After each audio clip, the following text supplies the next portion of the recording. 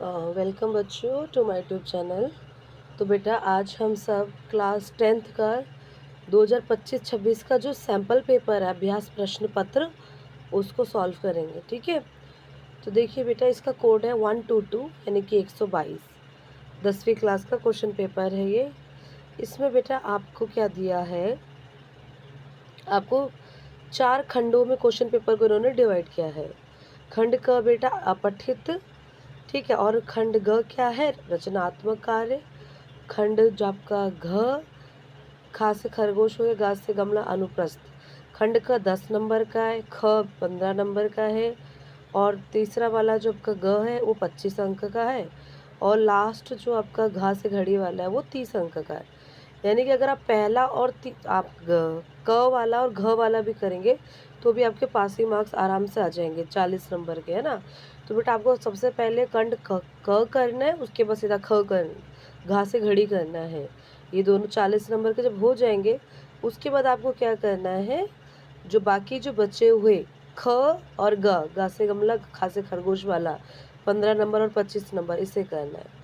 ठीक है, तो चलो बेटा क्वेश्चन सॉल्व करना शुरू करते हैं। क्वेश्चन में हमें बोल रहे हैं अधोलिखित गद्यांश पठित्वा प्रदत्त प्रश्नानाम उत्तराणि संस्कृतेन लिखित।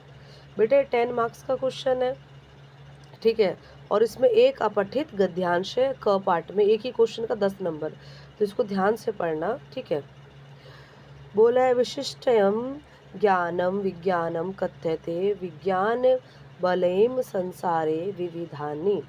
ठीक है, चमत्काराणि वस्तूनि आविष्कृतानि जननी विज्ञानस्य चरमोत्कर्षणो अधुना सर्वत्र आश्चर्यजनकानि वस्तुनि दृश्यन्ते। यानी एक तरफ से जो पैराग्राफ है वो साइंस से रिलेटेड है, विज्ञान की महिमा बता रहा है कि कैसे करके जो विज्ञान है उससे नई नई चीज़ों का खोज हुआ, नई नई चीज़ें बनी, है ना। उस चीज़ से विज्ञान वाला टॉपिक हमारा रिलेटेड है। बेटा अब चलते हैं क्वेश्चन की तरफ। एक पदेन उत्तर में आपको एक पद में उत्तर देना, यानी कि 1 वर्ड में आपको आंसर करना है। केवल प्रश्न द्वयम, यानी कि बेटा आपको 3 ऑप्शन दिए हैं और इसमें से सिर्फ आपको सिर्फ 2 ऑप्शन छांटना है। ठीक है, और एक एक का 1 नंबर है। विशिष्ट ज्ञान किम कथ्यते। तो देखो इसका पहले लाइन में ये बेटा विशिष्ट ज्ञान विज्ञानम कथ्यते, तो इसका उत्तर क्या हो जाएगा, विज्ञानम। ठीक है, समुद्रे विशालानि जलयानिनी कथम गच्छन्ति। जो समुद्र की जो विशाल जल है वो कहाँ जाती है। तो देखो बेटा जो संसार की समुद्र की जो, ये आपका सेकंड लाइन में देखो, समुद्र विशालानि जलयानी निर्भयता, ठीक है, गच्छन्ति। तो जो जलयानी है वो कैसे जाती है, निर्भय होकर जाती है, निर्भय है ना, बिना डरे आगे बढ़ती हैं। ठीक है, आगे देखो बेटा संप्राप्ति अस्माकं मानव सभ्यता मूलम की वर्तते। इससे बेटा मानव सभ्यता के किस मूलभूत भाषा के बारे में बताई जा रही है। तो देखो बेटा मानव की जो, अब देखो मानव मूलभूत सभ्यता ढूंढो ये शब्द, ठीक है, आपको शब्द ढूंढना आना चाहिए। तो देखो सबसे जो लास्ट वाला जो आपका लाइन है, लास्ट ये जो लास्ट वाला आपका लाइन है पैराग्राफ में, ये क्या है, संप्रति विज्ञानम ही अस्माकं मानव सभ्यता मूलम वर्तते। तो बेटा इसका उत्तर क्या हो जाएगा, विज्ञानम, कि विज्ञान ही है जो कि मानव सभ्यता का मूल कैसे शुरू हुआ, कैसे क्या हुआ, कैसे आगे बढ़ा, वो बताता है। ठीक है, आगे बेटे बढ़िए, ब वाला बी वाला पूर्ण वाक्य लिखित। आपको 3 ऑप्शन दे रखा है, 3 में से 2 करना है और एक का बेटा 2 नंबर आपको मिलेगा। संसारे कानि आविष्कृतानि जातानि। संसार में बेटा किन किन चीज़ों का किसने आविष्कार किया है।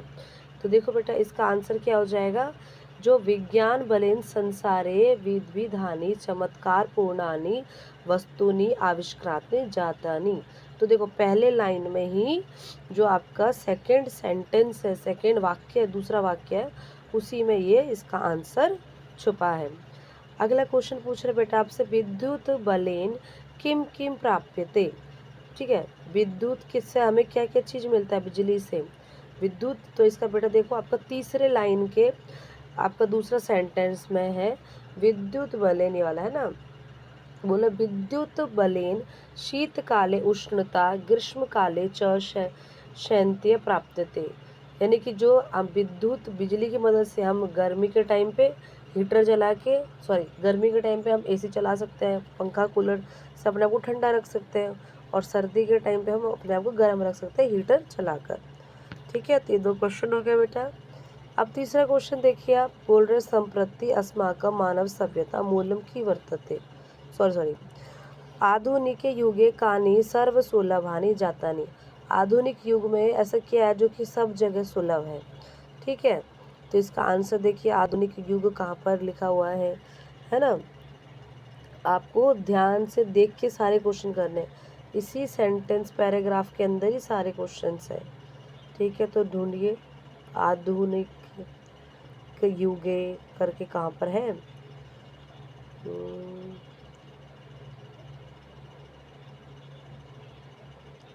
तो देखो इधर क्या लिखा है इसमें, आधुनिक युगे कानि सर्व सुलभानि जातानि। ठीक है, सर्वत्र आश्रय। तो शुरू से पढ़ते हैं इसमें, देखो आविष्कार, ये हमने तो पहला लाइन पढ़ लिया था, है ना।